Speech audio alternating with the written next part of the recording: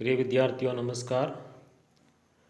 राजकीय कन्या महाविद्यालय तिवरी मथानिया जोधपुर के YouTube चैनल पर आपका स्वागत। विद्यार्थियों, हम सामान्य हिंदी के अंतर्गत स्वर भेद प्रकरण पढ़ रहे हैं, जिसके अंतर्गत स्वर भेद के विभिन्न आधार हम देख रहे हैं।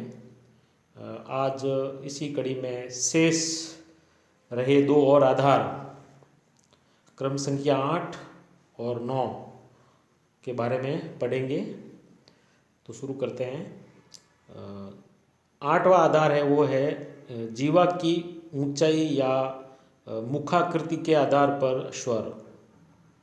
इस आधार पर स्वर है वो हैं संवृत स्वर, अर्ध संवृत स्वर, विवृत स्वर और अर्ध विवृत स्वर।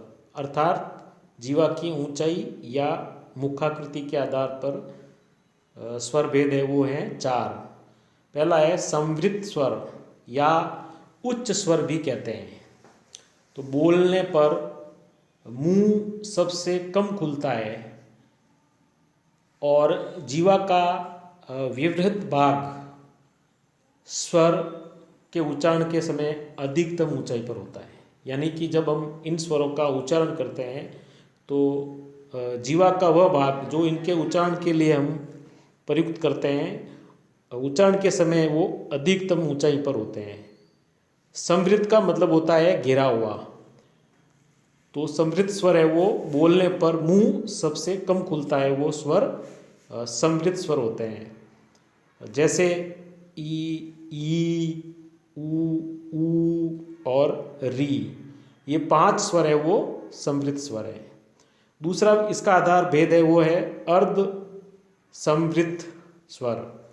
अर्ध संवृत स्वर उच्चारण के समय जीवा की ऊंचाई संवृत स्वर की तुलना में कम रहती है। ये 2 स्वर हैं ए और ओ। तो इन ए और ओ, इन 2 स्वरों का उच्चारण करते हैं तो उच्चारण के समय हमारी जीभ की ऊंचाई संवृत स्वर की तुलना में कम रहती है। तीसरा है इसका भेद वो है विवृत स्वर या निम्न स्वर। बोलते समय मुंह सर्वाधिक खुलता है, विवृत का होता है खुला हुआ। तो इन स्वर का उच्चारण जब हम करते हैं, जो विवृत स्वर है या इनको निम्न स्वर भी कहते हैं, इनको बोलते समय मुंह सबसे अधिक खुलता है। जैसे आ, जब हम आ का उच्चारण करते हैं तो हमारा मुंह पूरा खुल जाता है। तो ये आ है वो विवृत स्वर है। एक स्वर है विवृत आ। चौथा आधार है वो है इसका भेद है वो अर्ध विवृत स्वर। विवृत स्वर से थोड़ा कम मुख खुलता है, वो अर्ध विवृत स्वर कहलाता है। अ, आई और औ, ये 3 स्वर हैं वो अर्ध विवृत स्वर कहलाते हैं। 9वां आधार है मुख की मांसपेशियों की दृढ़ता के आधार पर। मुख की मांसपेशियों की दृढ़ता के आधार पर भी स्वर है वो 3 है।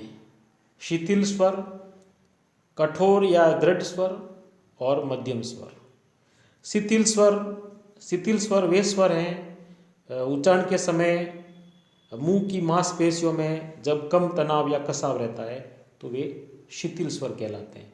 अ, ई, उ, ये 3 स्वर है वो शिथिल स्वर है। जब हम इन 3 स्वरों का अ, ई, उ उच्चारण करते हैं तो हमारे मुंह की मांसपेशियों में ज़्यादा कसाव नहीं होता है, कम होता है, इसलिए यानी लगभग शिथिल जैसा होता है। मांसपेशियाँ शिथिल जैसी रहती है, ज़्यादा इनको ज़्यादा जोर देने की ज़रूरत नहीं होती है, तो इन्हें शिथिल स्वर कहते हैं। अ, ई, उ। दूसरा भेद है कठोर या दृढ़ स्वर।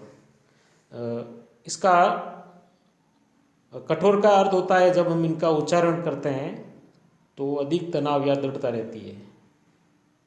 ई, ऊ, आई, औ, ये 4 स्वर हैं वो कठोर या दृढ़ स्वर कहलाते हैं।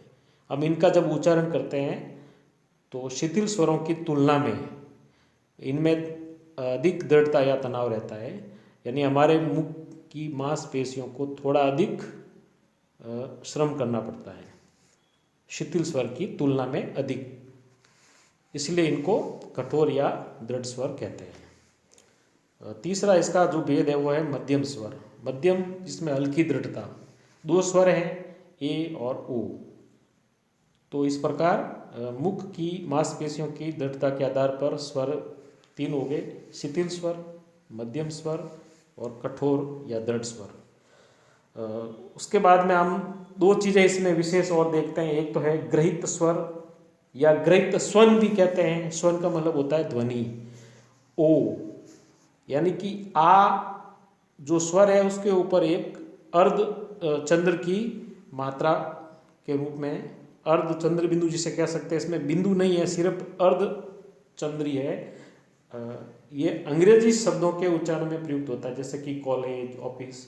ऊपर निशान ओ की रूप में जो लगा हुआ है वो ग्रहित स्वर है। ये अंग्रेजी शब्दों के उच्चारण में काम आता है। तो अंग्रेजी शब्दों के उच्चारण के लिए इसको ग्रहण कर लिया गया है। ग्रहित का मतलब है ले लिया गया है। तो ये ग्रहित स्वर है वो है ओ, आ के ऊपर है वो अर्धचंद्र की मात्रा।